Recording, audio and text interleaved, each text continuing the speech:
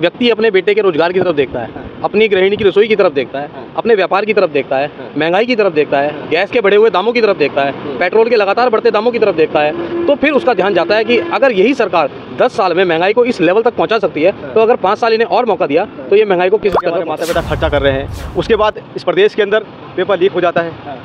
और आप जानते हैं, मुझे बात कहने में कोई बुराई नहीं है कि हिंदुस्तान का एकमात्र सबसे बड़ा राज्य ऐसा है जहाँ सबसे ज़्यादा पेपर लीक होने का काम हुआ है।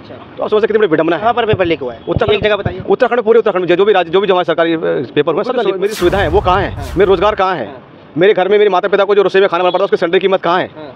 मुझे यहाँ पे, क्योंकि उत्तराखंड का निवासी हूँ मैं, तो मेरे बहुत से यार दोस्त, मेरे भाई बहन, मेरे साथी जो हैं वो सेना के में जाने की बड़ी इच्छा रखते हैं, लेकिन 21 साल में रिटायर हो जाएगा तो क्या करें रोजगार लेके। निश्चित रूप से विकल्प बदलाव जब देश में बदलाव में किसको देख रहे हैं? निश्चित रूप से कांग्रेस पार्टी को। इस देश के अंदर मुझे लगता है कि कांग्रेस एक ऐसा दल है जो उसकी बात करता है, जो किस जाति की, धर्म की, समुदाय की बात पद जो है, एक क्या लग रहा है, राहुल गांधी या इंडिया अलायंस में कौन बन सकता है? देखिए, ये निर्णय तो मैं नहीं बता सकता कि कौन बन सकता है, लेकिन निश्चित रूप से वो बने जिसके पास ओरिजिनल डिग्री हो, निश्चित रूप से वो बने जिसके पास एक ग्लोबल विजन हो। तो कहना क्या चाहते हैं सर आप? वो बने जिसके पास एक अच्छी आर्थिक नीति हो, निश्चित रूप से वो बने जिसके पास आने वाले भविष्य यानी बच्चों के रोजगार के लिए, बच्चों के भविष्य के लिए उसके पास कोई विजन हो, तो निश्चित रूप से ऐसा व्यक्ति बनना चाहिए। लेकिन ऐसा व्यक्ति हमें नहीं चाहिए जो हेलीकॉप्टर से प्रदेश में जो 30,000 किलोमीटर हमारी भूमि कब्जा ली है चीन ने, वो लाल आंख दिखा दिखा के सारी संपत्ति उनको दिए जा रहे हैं। ऐसी लाल आंख हमें तो नहीं चाहिए। हमें तो ऐसी लाल आंख चाहिए जो पाकिस्तान के 2 हिस्से कर दे, जो इंदिरा गांधी जी ने किया था। हमें तो ऐसी लाल आंखें चाहिए जो पाकिस्तान को, जैसे कर्नल नियाजी को हमने घुटनों पे टेक दिया था, ऐसी लाल आंखें चाहिए हमें ऐसी लाल आंखें नहीं चाहिए कि हम घूर के देखें और वो हमारी जमीन कब्जा करें। निश्चित ही बदलाव होने जा रहा है इस बार। अच्छा। और मेरे हिसाब से 5 की 5 सीटें जो है कांग्रेस बनवा दिया सर, खुश नहीं है राम मंदिर के नाम का मैं सुबह शाम जब करता रहूँगा, मुझे खाने के दे दीजिए। मेरे घर में 2 बच्चे हैं, मेरे मम्मी पापा हैं, परिवार में 6 जन हैं। भाजपा कैंसर है और इस कैंसर का इलाज है कांग्रेस। अच्छा। जी, जो कांग्रेस की गारंटियाँ हैं, 30 लाख सरकारी पद यहाँ पे खाली हैं, वो भरे जाएंगे। एक ये अग्निवीर योजना है, ये बंद होगी, गारंटियाँ सारी फेल हो चुकी हैं और ये जाने वाले हैं। और इंडिया गठबंधन की सरकार बनेगी यहाँ पे। अब की बार 400 पार बता रहे हैं। देखिए, अभी एक नारा चला था, नारा इनका 400 पार का, 80% कैंडिडेट है इनका उधार का। तो सारे जितने कैंडिडेट हैं इनके कांग्रेस के लोग भाजपा में जा के शामिल हो रहे हैं। देखिए, कांग्रेस एक समुंदर है, 1-2 बाल्टियाँ ले भी लेंगे, कोई फर्क नहीं पड़ रहा, और लेने दो। मैंने तो बता रहे कांग्रेस समुंदर है भाई जी, कांग्रेस समुंदर नहीं लेते हैं सारे नेता जो हैं भाजपा में। और कांग्रेस के जो है साफ छवि के आदमी है और युवा हैं, जो कांग्रेस अब टिकट दे रही है, युवाओं को दे रही है। और त्रिवेंद्र रावत जी मुख्यमंत्री रहते हुए कुछ नहीं कर पाए, तो सांसद रहते हुए क्या कर लेंगे। बहुत बहुत स्वागत है आपका। मेरा नाम है अकरम। हरिद्वार की टीम हरिद्वार पहुंच चुकी है। जानेंगे लोकसभा सीट का क्या चुनाव का माहौल चल रहा है हरिद्वार में। पहली जो वीडियो हम हरिद्वार से निकालने की कोशिश करते हैं, यहाँ 2 कांटे की टक्कर नजर आ रही है, एक विजेंद्र रावत और त्रिवेंद्र रावत। ये एक बीजेपी और एक इंडिया अलायंस से खड़े हुए हैं। कई लोग मेरे पीछे कॉमन लोगों से बात करेंगे, कई लोग खड़े हुए हैं यहाँ पर, जानने की कोशिश करेंगे कि किसका माहौल चल रहा है, क्या है, इंडिया अलायंस आ रही है या फिर बीजेपी दोबारा से वापस माहौल बन रहा है। क्या नाम है ब्रदर आपका? मेरा नाम नितिन है। यहीं रहते हैं आप? जी, मैं यहीं का रहने वाला हूँ। अच्छा, क्या लग रहा है हरिद्वार में सीट कौन आ रहा है इस बार? देखिए, अगर बात धर्म की जाए तो कुछ दल ऐसे हैं जिन्होंने धर्म के अफीम लोगों के दिमाग में पहुंचा दी है, लेकिन अगर व्यक्ति अपने बेटे के रोजगार की तरफ देखता है, अपनी गृहिणी की रसोई की तरफ देखता है, अपने व्यापार की तरफ देखता है, महंगाई की तरफ देखता है, गैस के बढ़े हुए दामों की तरफ देखता है, पेट्रोल के लगातार बढ़ते दामों की तरफ देखता है, तो फिर उसका ध्यान जाता है कि अगर यही सरकार 10 साल में महंगाई को इस लेवल तक पहुंचा सकती है, तो अगर 5 साल इन्हें और मौका दिया तो ये महंगाई को किस स्तर पर पहुंचा दे। तो आप डायरेक्टली कह रहे हैं कि कांग्रेस आनी चाहिए, राइट? देखिए, विकल्प तो कुछ ना कुछ होना चाहिए और परिवर्तन तो प्रकृति का नियम है। परिवर्तन होगा तो निश्चित रूप से कहीं ना कहीं परिणाम भी परिवर्तित होंगे। और कांग्रेस में जो भी कही जाने वाली उत्तराखंड में हरिद्वार एक धार्मिक प्लेस बन जाता है, ऐसे में क्या हो सकता है, बताइए। देखिए, निश्चित रूप से हम नौजवान साथियों को रोज़गार चाहिए। हमारे माता पिता को ये ना कहना पड़े कि मेरा बेटा जो है कुछ नहीं कर रहा है। हम लोग दुनिया भर की पढ़ाई करते हैं, दुनिया भर के हमारे माता पिता खर्चा कर रहे हैं, उसके बाद इस प्रदेश के अंदर पेपर लीक हो जाता है। और आप जानते हैं, मुझे बात कहने में कोई बुराई नहीं है कि हिंदुस्तान का एकमात्र सबसे बड़ा राज्य ऐसा है जहाँ सबसे ज़्यादा पेपर लीक होने का काम हुआ है।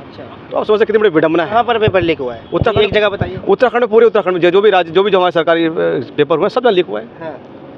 ये जो भारतीय वर्तमान में जो सरकार चल रही है, भारतीय जनता पार्टी की, जब से बने तब से लगातार पेपर लीक हुए हैं। पर मोदी सरकार अच्छा भी तो काम कर रही है, आप इनडायरेक्टली कह रहे हैं कि कांग्रेस सरकार।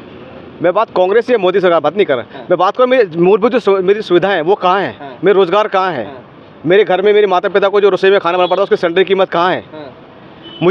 मुझे यहाँ पे, क्योंकि उत्तराखंड का निवासी हूँ मैं, तो मेरे बहुत से यार दोस्त, मेरे भाई बहन, मेरे साथी जो हैं वो सेना के में जाने की बड़ी इच्छा रखते हैं, लेकिन 21 साल में रिटायर हो जाएगा तो क्या करे रोजगार लेके वो? उसको मात्र जो भी हम पे एक आंकड़ा आ रहा है कि पहले साल में 21,000 मिलेंगे, 2 साल में 25,000 मिलेंगे, 3 साल में उसको 27,000 मिलेंगे। टोटल वो 4 साल में कमा रहा है कितने रुपए? 11 लाख रुपए। उस 11 लाख में से जीवन चल जाएगा? कौन सुधार सकता है आपकी निश्चित रूप से विकल्प बदलाव जब देश में बदलाव में किसको देख रहे हैं? निश्चित रूप से कांग्रेस पार्टी को। इस देश के अंदर मुझे लगता है कि कांग्रेस एक ऐसा दल है जो उसकी बात करता है, जो किस जाति की, धर्म की, समुदाय की बात नहीं करता। वो क्या कर सकती है कांग्रेस आ जाएगी तो कह रहे कि कांग्रेस बिल्कुल खत्म ही हो चुकी है और कोई फायदा ही नहीं है कांग्रेस का चुनाव लड़ने। लोगों का अपना अपना मानना। मुझे लगता है कि देश में जो कांग्रेस पार्टी ने बहुत कुछ दिया है इन 70 सालों में। हमारे माता पिता नौकरी क्या करते हैं, आज पेंशन उनके नाम की आ रही है। जो सरकारी नौकरी कर्मचारी थे उनके पेंशन खा रहे हैं, उसे रोजगार, उसका गुजारा हो रहा है परिवार का। एक सम्मानजनक स्थिति में जी पा रहा व्यक्ति से सरकारी नौकरी की थी। लेकिन जब से भारतीय जनता पार्टी जितनी जानकारी है तब से पेंशन खत्म हो गई है। अच्छा, वापस आपके पास आता हूँ। आप कह रहे थे कि जो हमें रोजगार देगा, जो हमारे लिए न्याय करेगा, जो हमारे लिए अच्छा काम करेगा, तो 2 प्रत्याशी आपके लोकसभा सीट से लड़ रहे हैं, विजेंद्र यादव और त्रिवेंद्र यादव। दोनों ही रावत है, तो आप किसको देख रहे हैं? देखिए, अगर त्रिवेंद्र जी की बात करें तो ये पूर्व में मुख्यमंत्री। धर्म की बात आपने की, क्योंकि धार्मिक रुझान से देखा जाए तो दोनों ही रावत हैं और दोनों ही आपके लिए अच्छा काम करेंगे, तो क्या लग रहा है? देखिए, मैं बताऊँ आपको कि पहले पूर्व में मुख्यमंत्री रहे हैं त्रिवेंद्र जी। जब ये मुख्यमंत्री रहे हैं तो इनका रिश्तेदार भी था, इनका प्रतिनिधि भी था और भाजपा में इन्होंने से बहुत आगे बढ़ाया। हाकिम सिंह नाम का एक व्यक्ति था जिसने अभी भर्ती घोटाले की बात हुई, जिसने पटवारी पेपर लीक कराया, जिसने जो सहायक हमारे समीक्षा अधिकारी थे उन पदों पर लगातार भर्तियां कराई, जिनको हटाया गया बाद में, वो धरने पर भी बैठे रहे। तो ऐसे लोगों को, अपने लोगों को पैसे लेकर, मुख्यमंत्रियों को, मंत्रियों के लोगों को पैसे लेकर लगाने का काम त्रिवेंद्र जी ने किया है।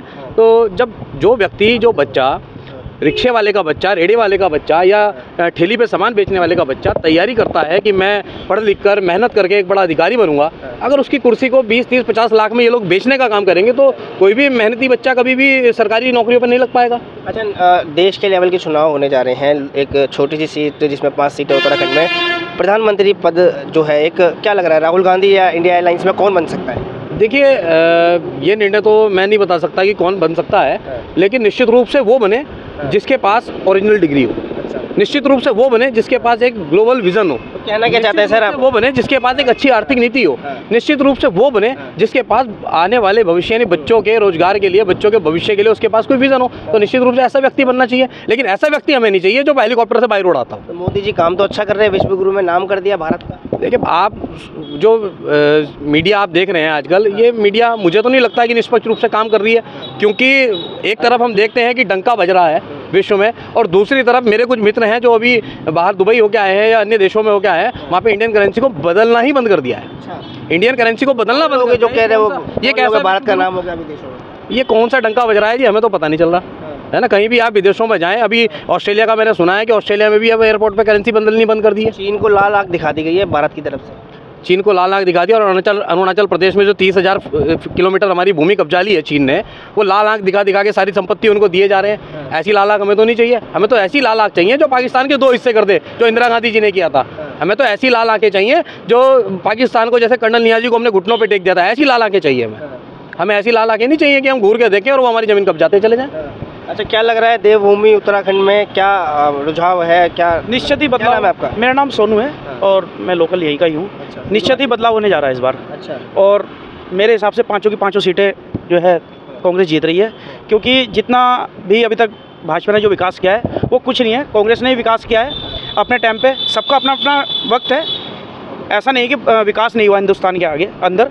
विकास भी हुआ है, हॉस्पिटल भी बने हैं, एम्स भी बने हैं, बीएचएल भी बना है, भेल भी राज्य में बना है। कांग्रेस के टाइम पे बनाया सब। 10 साल से तो मोदी सरकार है, उन्होंने कुछ नहीं करा। नहीं, क्यों नहीं किया है? कांग्रेस ने भी किया है।